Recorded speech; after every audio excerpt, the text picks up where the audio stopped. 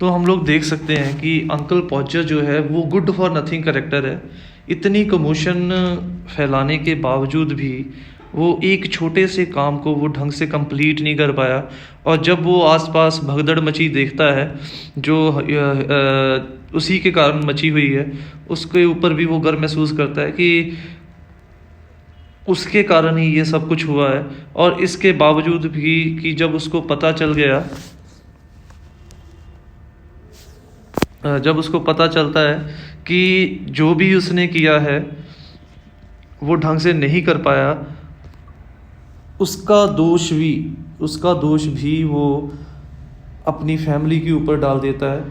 और वो खुद गुड फॉर नथिंग करेक्टर है, उसके बावजूद अब भी इतने प्रूफ मिलने के बावजूद भी अब भी वो ये सोचता है कि उसके जैसा परफेक्ट काम करने वाला कोई शख्स मौजूद नहीं है। और वो अपनी पूरी फैमिली को इसका दोषी ठहराना शुरू कर देता है कि क्यों उसकी फैमिली जैसे और लोग एक छोटे से काम के लिए उसके जैसे टैलेंटेड शख्स को चुन लेते हैं। तो इन शॉर्ट अगर हम लोग देखें तो हमें पता चल जाता है कि अंकल पॉजर ने एक ऐसे करेक्टर के रूप में पेश किया गया है जेरोम के द्वारा, जो गुड फॉर नथिंग है, जो भुलक्कड़ है, जो घर में कमोशन क्रिएट करने वाला है, जो अपनी खामियों को दूसरों के ऊपर थोपने वाला है, और जो किसी भी काम को परफेक्टली करने में असमर्थ रहता है। और उसके बावजूद भी वो अपने ऊपर कोई ब्लेम नहीं लेता, उसके बावजूद भी वो डींगे हाँकना नहीं छोड़ता। तो एक अब शॉर्ट सा ये तो हम लोग ने line by line para by para text को आपको समझा दिया। अब एक शॉर्ट समरी मैं आप लोगों को इस कहानी की बताने जा रहा हूँ। The lesson uncle Podger hangs a picture is full of comic scenes written by Jerome. तो एक कॉमिक ह्यूमरस स्टोरी है जो हम लोग पढ़ रहे हैं, uncle Podger hangs picture. It is a story of shortcomings of a man who never tries to do the hard job. वो एक ऐसे शख्स की कहानी है जो कि खामियों से भरा हुआ है, और जब भी उसे कोई काम करना पड़ता है उसकी वो खामियां उसके सामने आ जाती है। उसके बावजूद भी वो उन खामियों को ठीक नहीं करता और अपनी खामियों के लिए वो दूसरों को जिम्मेदार समझता है। But when he does any activity at home, he involves all family members in the little act. We find they start to work, they create a lot of disturbance in the society and family with minor activities. Through this act has not great prominence. और हम लोगों को ऐसे लोग अक्सर मिल जाते हैं अपने आसपास अपने घरों में, जो जब भी कोई काम करना शुरू करते हैं वो पूरी फैमिली को इन्वॉल्व कर देते हैं, उसके बावजूद भी वो काम को परफेक्टली नहीं कर पाते। और ऐसे लोग घर में भी समाज में भी एक तरीके की डिस्टर्बेंस, एक तरीके की नॉजियंस, एक तरीके की कमोशन क्रिएट करते हैं।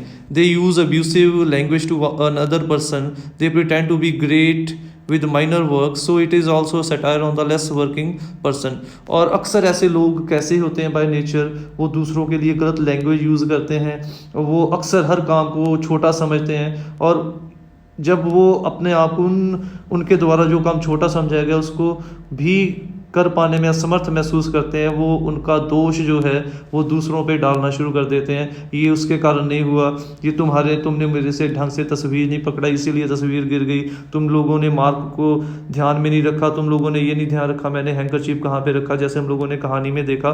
तो इस प्रकार से हम लोग ये देख सकते हैं, जहाँ पे ये कहानी व्यंग्यात्मक है, ये कहानी सैटरिकल भी है, ऐसे लोगों के ऊपर व्यंग कसा गया है जो लेस काम करते हैं या फिर जो लोग बड़ी डींगे हाँकते हैं बट वो होते गुड फॉर नथिंग करेक्टर हैं। In this lesson, Uncle Podger is a comic character. He tries to hang a picture on a wall. He sends a little girl to shop but forgets to tell her the size of no। इस कहानी में भी uncle पॉजर को एक ऐसा character बताया गया है जो कि बहुत ही कॉमिक करेक्टर है, और जो एक छोटा सा काम, तस्वीर को दीवार पे लगाने का काम करने जा रहा है। सबसे पहले वो लड़की को एक दुकान के ऊपर भेजता है नेल लाने के लिए, बट उसे ये याद भूल जाता है कि कौन से साइज़ के नेल लेने उसने उस लड़की को भेजा, इसलिए उसके पीछे वो एक लड़के को भेज देता है जो कि उसको नेल्स का साइज़ बताने के लिए जा रहे हैं। So a boy also follows her, he remains a girl to shop but forgets to so a boy also follows, he remains busy in this act When he works on the wall to hang the picture, he create disturbance. उसके बाद जब वो तस्वीर को दीवार पे लगाने का काम शुरू करता है तब भी वो घर में क्रिएट डिस्टर्बेंस और कमोशन को क्रिएट करता है. When he gives a bolt to the nail, suddenly lost his balance and gets injury on his thumb and drops hammer, and which becomes reason of injury to the girl also. जब वो पहली कोशिश करता है बजाय इसके कि वो नेल के ऊपर मारे, अपने आप को इंजर्ड कर लेता है और उसके साथ साथ उसके हाथ से जब हैमर गिरता है वो लड़की को भी, अपनी बेटी को भी इंजर्ड कर देता है उस हैमर के गिरने के साथ. Now all the family member finding his handkerchief, uncle again rebukes them. In fact he is sitting on the coat. फिर से वो जब इंजरी को ठीक करना होता है वो अपने हैंकरचीफ को ढूंढना शुरू कर देता है और वो सारी फैमिली को डांटना, बुरा भला कहना शुरू कर देता है कि वो लोग ध्यान नहीं रख सकते कि उसने कहाँ पे वो कोट रखा है जिसमें उसने हैंकरचीफ रखा था, और वो बाकी लोग ढूंढे भी कैसे क्योंकि वो खुद उसी ओवरकोट के ऊपर बैठा हुआ था जिसमें कि उसने हैंकरचीफ रखा था. After some time when he drops the string,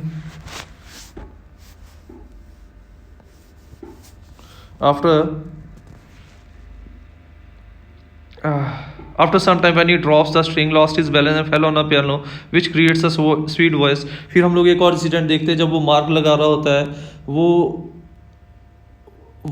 उस पॉइंट के ऊपर मार्क पहुंचने की कोशिश करता है जिसके ऊपर पहुंचना उसके लिए कुर्सी से लगभग असमर्थ था, और वो पियानो के ऊपर बड़ी ज़ोर से गिरता है और एक म्यूजिकल इफेक्ट होता है. तो ये भी एक ह्यूमरस इंसिडेंट है. At midnight again he rebukes aunt when all the members are fatigued. Only uncle, again he rebukes aunt, says she will go to her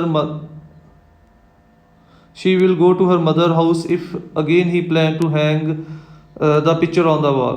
तो फिर से आंट मारिया उसको डांटती है और वो कहती है अगर फिर से कभी उसने ऐसा कोई काम करने के बारे में सोचा तो आंट मारिया अपनी बच्चों को लेके अपनी पेरेंट्स के घर चली जाएगी. At midnight when all the members are fatigue, only uncle Podger is happy they finish their activity to hang the picture. जब शाम को आधी रात को वो तस्वीर को हैंग करने में कामयाब हो जाता है, वो भी बहुत अनसेफ तरीके से, तो लगभग बाकी सारे के घर के मेंबर थक चुके हैं पूरे दिन की भगदड़ से, बट अंकल पॉजर अब भी वैसा ही फ्रेश है. इतना कमोशन क्रिएट करने के बावजूद भी अब भी बिल्कुल वैसा का वैसा ही है. Now uncle Podger comment, all the people are fool who call on other person for such minor activity, but I can do this hard work easily without any payment another person. तो फिर से वो जब वो पूरा काम सारे लोगों की हेल्प से ख़त्म कर लेता है, फिर से वो अपने फैमिली मेम्बर को डांटना शुरू कर देता है कि वो कहता है कि क्यों उसे समझ नहीं आ रहा कि बाकी के ये सारे लोग बेवकूफ़ हैं, क्यों इतने छोटे से काम के लिए वो दूसरों की हेल्प ले लेते हैं. वो कहता है उसे कभी भी ऐसे काम के लिए किसी की हेल्प की ज़रूरत नहीं पड़ी और आज भी उसने बिना किसी हेल्प के ये काम पूरा कर लिया. और रियलिटी क्या है, हम लोग देख ही चुके हैं कहानी में कि उसने ये काम सबकी हेल्प लेने के बावजूद भी ये काम वो ढंग से पूरा नहीं कर पाया. So he is pretending to be a great powerful and wise man in other. तो वो एक्चुअली में कैसा बनने की शो कर रहा है कि वो बहुत महान है, वो ताकतवर है और बहुत समझदार है. रियलिटी क्या है, ना तो वो महान है ना तो वो ताकतवर है, बल्कि वो सबसे बेवकूफ़ और कमज़ोर शख्स है और गुड फॉर नथिंग पर्सन है जो किसी काम को भी ढंग से नहीं कर पाता. वो छोटे से छोटे काम के लिए उसे सबकी हेल्प चाहिए, उसके बावजूद भी वो उस काम को ढंग से कंप्लीट कर पाने में अपने आप को असमर्थ महसूस करता है. दो he create disturbance in family but he is happy for doing work. चाहे वो ऐसे शख्स कैसे होते हैं, उन्हें पता भी है कि उनके कारण पूरे घर में भगदड़ मचती है, फिर भी वो अपने आप को बड़ा शो करने के लिए अक्सर दूसरों के काम खुद करना शुरू कर देते हैं और ऐसे काम करना शुरू कर देते हैं और उन कामों को कभी भी वो अंजाम तक परफेक्टली नहीं पहुंचा सकते. In the end we can say that this lesson is one of them which give you a lesson to find pleasure in work. तो ये एक ऐसा लेसन है जो आप लोगों को ह्यूमर भी लगेगा, सैटरिकल भी लगेगा. If we are all doing activity then try to do in your own behalf, but when you involve another person become the cause of disturbance to them, so it is a comedy mixture with style.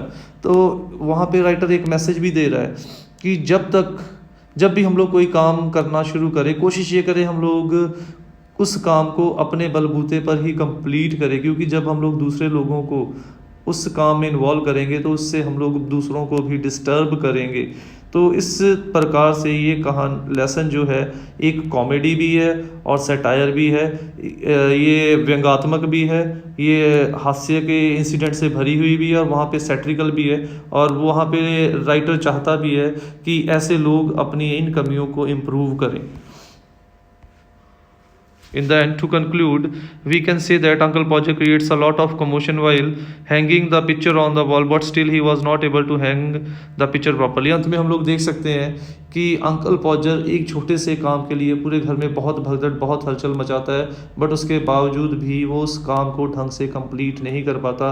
अब भी तस्वीर बिल्कुल ऐसे टंगी हुई थी, ऐसा लग रहा था कि तस्वीर किसी भी वक्त दीवार से नीचे गिर सकती है, but still he was not able because of the way the picture is hanging on the wall, it appears as if it can fall down any time।